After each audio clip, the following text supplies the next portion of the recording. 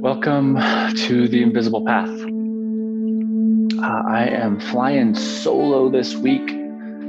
My schedule and Joel's schedule just never matched up in a way that we could sit down, and he's a very busy man. So looking forward to getting him on again next episode. But this episode, we're just going to roll through some solo thoughts.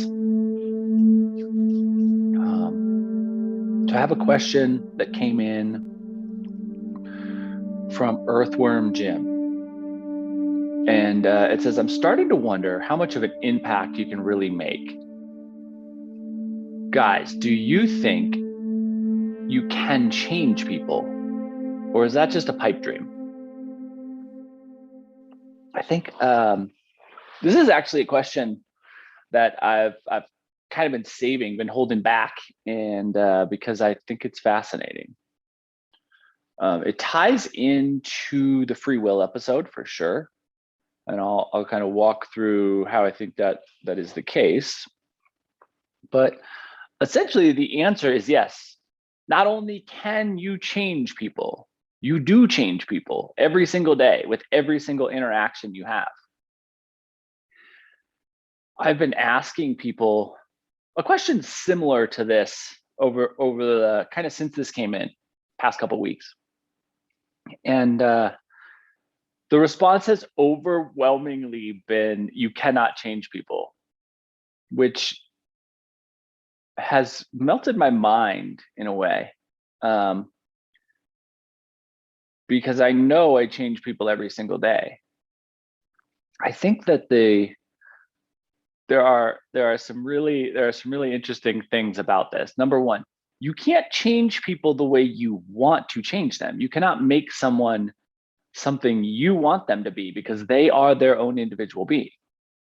But just because you can't make someone what you want them to be doesn't mean you can't change them, right? Every interaction we have, every piece of information that goes into our brain becomes a part of the collective subconscious. And that collective subconscious presents us with every single thought we have. So our brain is literally just an information gathering resource. It takes in everything and it holds it and it stores it, and it stores it in a way that's kind of protected behind a wall so that we're not just thinking about every single thing that's ever happened to us at once. But every single thing that's ever happened to us does play a part in the calculations of what is presented to us. So changing people is really easy. And if you don't think that's true, imagine yourself walking to an interview, right? You're going to go interview for your dream job. And you are like right on time. You have no time to spare, but you're not going to be late. As you put your hand on the door to open the building, someone comes up to you and says, knock, knock. Now, this is a weird thing to happen, right? You have a choice. You can either just go in or you can say, who's there? And you decide to say, who's there? And this person throws a milkshake on you. Well, that milkshake being thrown on you is going to change your life, right? You may get the job, you may not get the job, but your attitude very likely is going to shift. The likelihood that you get the job is probably significantly less, right? It is pretty unlikely that you walk into a high profile job interview covered in a milkshake and they're like, that's the person we want for this job. But maybe they look past that. But you're always going to be known as the person who showed up wearing a milkshake. So changing someone's life is really easy. Changing someone's life for the better isn't quite as easy. And I think when I have been identifying this, I've found 3 ways that we can change people for the better. And they're all about showing someone a new perspective. So the first way that I think we can change someone for the better is we can lead them. We can show them by our actions a new perspective. The second way is we can ask them questions, asking questions that unveil a new perspective within them. This is one of the most powerful ways, I think, to change someone. It's also the one that probably takes the most amount of skill. And then the final way is to engage them in a narrative. So engaging someone in a narrative that teaches them a new perspective. So lead them, unveil perspectives within them, or teach them new perspectives. Those are the only three ways that I can think of that you can change someone for the better. Changing someone's super easy. Changing someone for the better, I think, takes a little bit of skill. All three of those things take some skill. Leading is a really brute force way, right? It's like, I'm going to show you, I'm going to demonstrate, I'm going to take action. Asking questions is a really intellectual way, right? It's can you connect in a way, can you create questions that will be so striking within someone else that they will shift the way they think. And creating a narrative is probably the most dangerous way, right? Our brains are so hooked into narrative that if we use narrative in the wrong way, you end up with people getting algorithmed, right? Like, and that can happen. You know, I really am struggling with the fact that my brother has been algorithmed. And I feel like I've lost my brother into this place of non-reality that I can't connect with. And it's a really hard thing to deal with. And I understand what's happened intellectually. I understand, you know, he's been fed a narrative and he's bought into this narrative and he's identified with this narrative. And because of that, he has created a new perspective of reality. And I haven't been skilled enough to bring him back yet. And I don't know that I will ever be skilled enough to bring him back. But I definitely spend a lot of time thinking about it. And I definitely know for a fact, to go back to the original questions, can we change people or is it a pipe dream? You can absolutely change people. And I think there are three ways. So if you're looking at wanting to change someone for the better, right? And I think that is a really important piece. So I'm going to just jump back on that. For the better.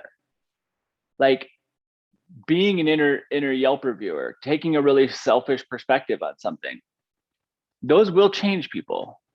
Fighting with somebody on the internet, that will change someone, but it won't change them for the better. So if you really do want to make change, you have to realize that people are only doing what they're doing because it's what they know. And if you want to change them for the better, you have to be willing to raise their level of awareness. And investing in building the skill sets to do that is probably the most important thing that I can think of in my life right now, is really investing in how we change people who have been lost to an algorithm, who have been fed a narrative that doesn't serve them, doesn't serve anyone, but they have deeply and powerfully attached themselves to it. So yeah, thanks for that question. Man, it's a hard one. I want to maybe continue that idea down this path of what to do if you are feeling super frustrated. What to do if you are upset with the world right now, if you're sad about the world right now, if you're hurt about family members' decisions right now. Because it can seem like there are two options. I've been feeling this. I've been stuck in these thoughts of, how do I fix the world? Or is it even worth it? Do I just do nothing? Right? Is the option, is there a binary choice here? Do we try to fix the whole world? Or do we just say, well, the world's burning, might as well roast some marshmallows? And one of my yoga stories this week actually is about this. If you're angry, if you're sad, if you're upset, why are you trying to fix other things? So if you are the one who's angry, if you are the one who's sad, if you are the one who's upset, you have to fix you. And that feels really weird.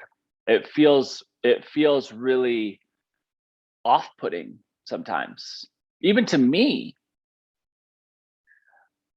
But as I've been thinking about this more and more, I've come up with a hierarchy of human awareness, this 3-tiered hierarchy.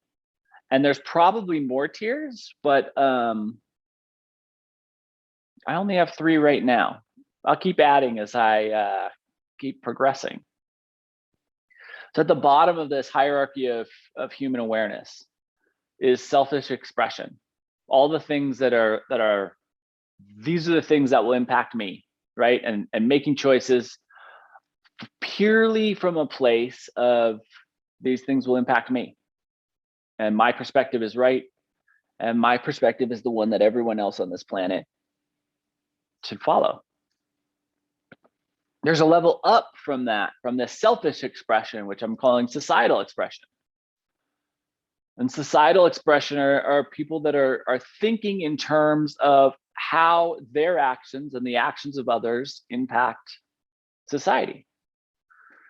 These are all the isms: racism, classism, sexism. If you are thinking about these as problems, you've upgraded from selfish expression, how will these things impact me, to how these things will impact society. And I think that's a pretty good update. Depends on how we approach those things. For instance, if you are, we'll just leave those solutions to the side right now. I don't want to get convoluted in this idea of the hierarchy of human awareness. But at the bottom, selfish expression, societal expression, and then above that, and this kind of new set of awareness for me is individual responsibility. And the responsibility that we each have is to be the best version is not what I'm looking for here. What I'm looking like, we don't have the responsibility to be the best version, because I don't know what that means. And that offers too much, there's too much ambiguity in the best version, because it's easy to say, oh, well, this is the best version I am today because some bad stuff happened to me before. And that is a use of like my trauma selfish expression, right? So that takes you back down to the bottom rung. So the top rung, individual responsibility. And this is about yourself again, which seems selfish.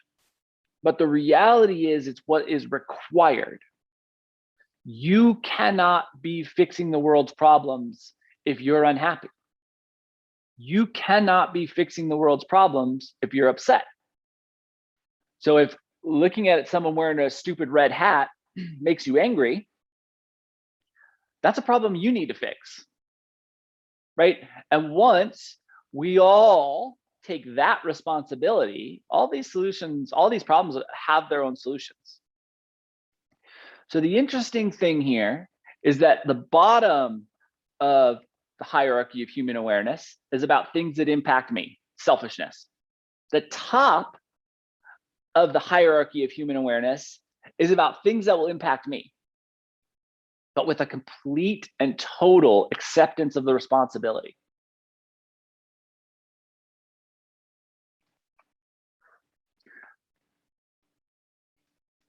And I'll dig into that just a touch more, right? Because I really want you to understand what I'm thinking here, just to see if you agree with it, right? So it is very easy to find things that make us upset these days. And those things that make us upset do generally feel like they're going to ruin the world.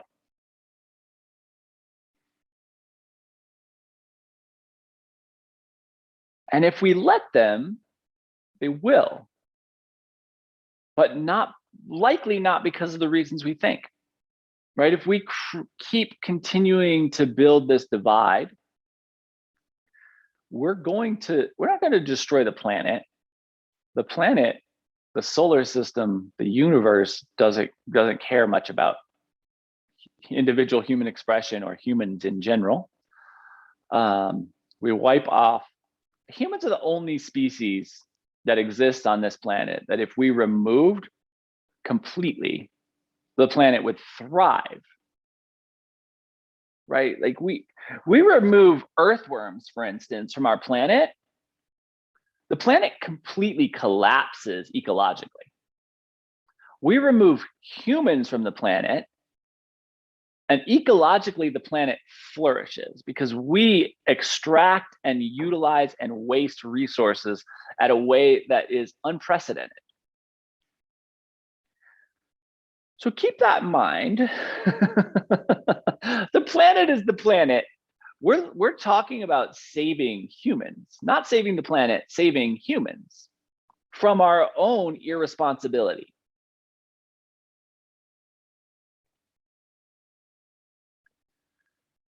Selfish expression, societal expression, individual responsibility. So the difference between selfish expression, which is these are the things that will impact me, and individual responsibility, which is these are the things that will impact me, is the acceptance of whose fault it is. Fault might be the wrong word, but we're going to use it anyway. You know, if you're mad about someone wearing a blue donkey on their shirt, that is not their problem. That is your problem. You're mad about something. And in order for you to fix that thing, you need to fix it. You can attempt all you want to go around and get rid of every single person who's wearing a blue donkey on their shirt. That's a thing you can do. It's not going to work. It's going to create a larger problem. And it's going to exaggerate and exponentially expand the problem that you think you are trying to fix, remedy. Once you let go of that identification that you've created with the red or blue party, once you let go of that identification that you have with your past trauma, once you let go of that inner Yelp reviewer, once you let go of this idea that you need to mandate fitness,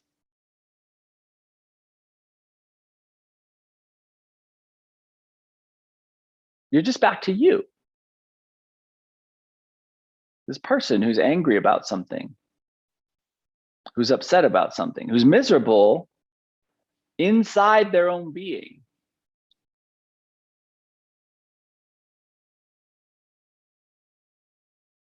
And if you take that miserable person and you put them out into the world, they are going to change people. So if you're miserable about the things that are happening in society, you're going to go out and create more misery. Your interactions with other people are going to change them for the worse. The solution here is changing people for the better. And you cannot do that if your interactions with them are the reflection of a miserable being. So as we tie all of this together, yes, we can change people. The first person that needs to be changed is right here. It's me. It's you. It's all of us.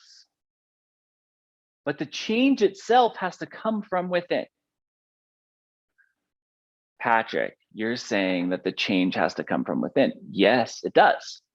So doesn't that mean that we can't change people? It absolutely doesn't. Go back to the milkshake. We do change people. It doesn't have to be a milkshake, right? It could just be a terrible comment, right? You're walking into that door, you're walking into that interview, you grab the door and someone says, hey, Patrick, you look terrible. Well, how's that going to change the experience that you have in this interview that's happening in 5 minutes? Are you going to be thinking about that? Likely. You might not, but likely. And if it wasn't that, someone could say something that would change you in a way. It's just words. Words change people because they are interpreted by the brains of other people. This conversation I'm having with you right now will change you. It is going into your subconscious collective. And at some point in the future, not some point, the next thought you have, the next thought that bubbles up, the thought that's bubbling up right now is happening because you're listening to this. So yes, we have the ability to change people, but the change that's needed has to come from within. I get that that sounds convoluted. So I'm going to try one more time just to kind of unthread this and sew it back up. When you're thinking of change, there are degrees of change. I cannot change you 100 degrees, 360 degrees, but I can change you 1/100th of a degree. And the 1/100th of a degree, either cumulatively added up or stacked on top of changes that have already happened in your lives, may be the 1/100th of a degree needed for you to realize if I'm angry, if I'm mad, if I'm upset, if I'm hurt, if I'm sad. It's not about fixing everything else in the world. It's about fixing me so that I'm not angry, hurt, upset, mad, sad. Everything else in the world is still going to be everything else in the world. But there's no reason for me to go through this experience upset. And when I do go through this experience upset, I make the world a worse place.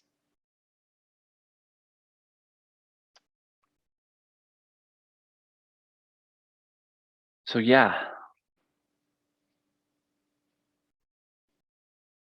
there are ways we can change people. We can lead them, show them a new perspective. We can ask them questions that unveil a new perspective within them. Or we can engage them in a narrative that teaches them a new perspective. But we can't make them the person they need to be. But we can help them get there.